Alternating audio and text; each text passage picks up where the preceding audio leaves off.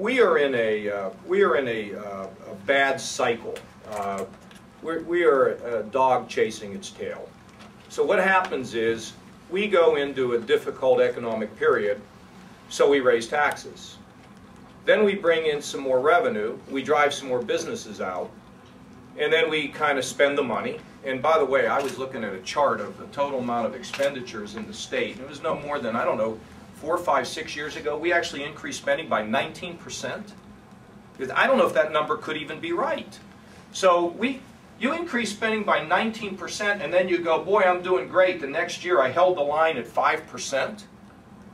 See, I mean, how do people think this way? This reminds me of the way you lost weight. You gained 100 pounds, then you lost 2, and you said, God, I'm on a tough diet, okay? So the problem we have in the state, and I mentioned this at a press conference, it seems like I have a press conference every day. Governor of Tennessee, he says, we're right to work, we don't regulate anybody, and we got no income tax. Bring all your jobs down my way. Guess what? He's doing pretty well at getting jobs down his way. So, you know, when local governments, you know, I was down, I met with the mayor of Cincinnati yesterday, had a delightful meeting with the mayor of Cincinnati. The one thing we want to do for local governments, by the way, is to make their job a little bit easier. Tell us what your rules, tell us what your regulations are, tell us how we can help you with your labor costs, you know. We want to make it easier for you. But if we're the 7th highest tax state in America. You know, if you really want to see the death of Ohio, just keep doing what we're doing. And so the need to be able to reform things, and you know, everything Joe's talking about here has basically been reform-oriented. As we reform things, you know, we can reduce the tax burden. As the tax burden comes down, we become a more attractive state. So that Joe's great-grandchildren, or whatever you said, grandchildren or whatever, you know, that they'll live in Ohio. I didn't know my daughters are going to, they have to get married someday, I guess. I hadn't thought about that, Joe. That's a scary thought. But to be all serious, be serious about it. I mean, if we don't get the tax burden, the regulatory burden, I talked to Mary Taylor today. She's ready to start talking about the regulatory reform. Hey, I talk to businesses every day. I have CEOs calling me virtually every day saying, are you really serious about what you're talking about? This is impossible to believe. Really? This is fantastic. I had a CEO call me 2 days ago. They're talking to the state of Ohio, and they wanted to know how I felt, and they wanted to get to know me a little bit.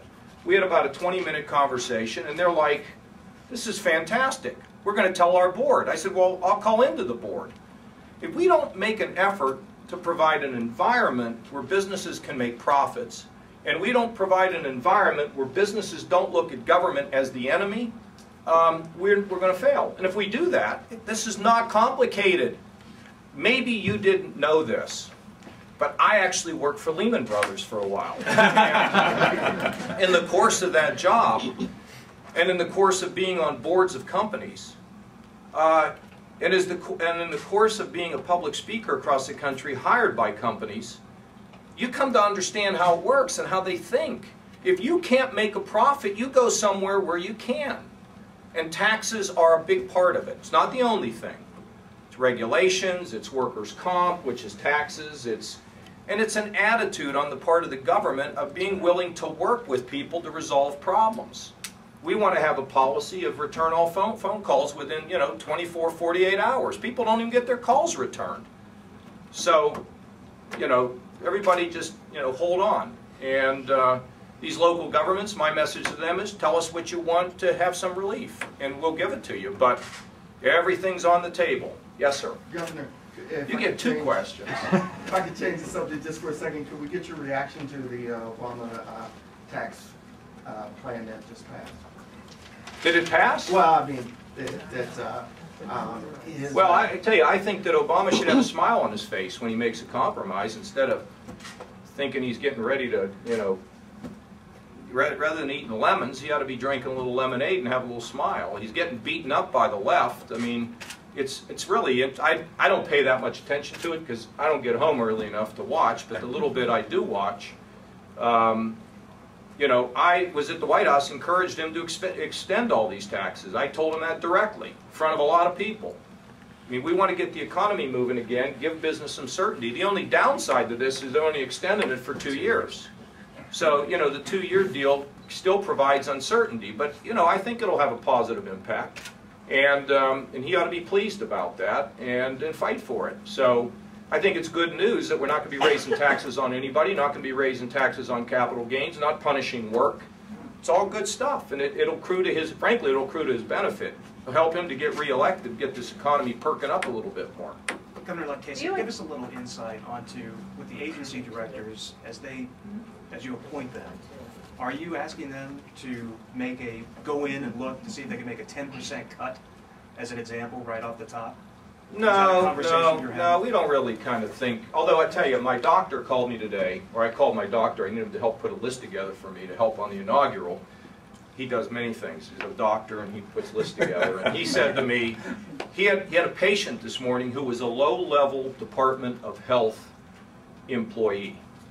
And the guy was telling him, my doctor said to him, how do you feel about your job with the change of administration?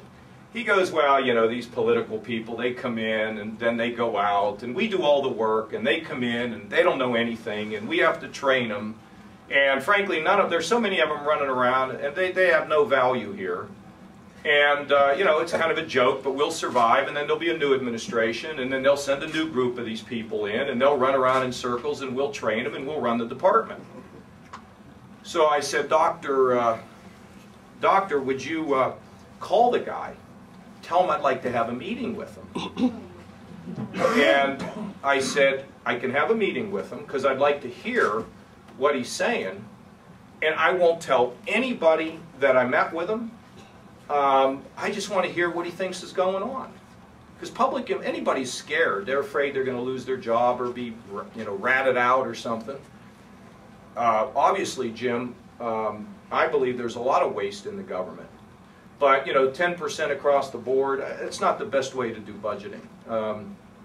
We just look at everything. And I've been, you know, kind of letting you know some of the areas where we continue to look. I mentioned the turnpike. You know, I've talked about, you know, the prisons and, you know, locking people that don't pay child support and sticking them next to a murderer. I mean, I don't think that helps anybody. You know, so we look at reform items, but obviously there's going to be some programs that are going to get less money. But of course he will go in there and say, is there a place where we can make savings? I don't even have to say that to Joe, because Joe's going to go do it on his own. But in terms of asking all these folks to look at places, absolutely. The other thing is we get to make a lot of appointments.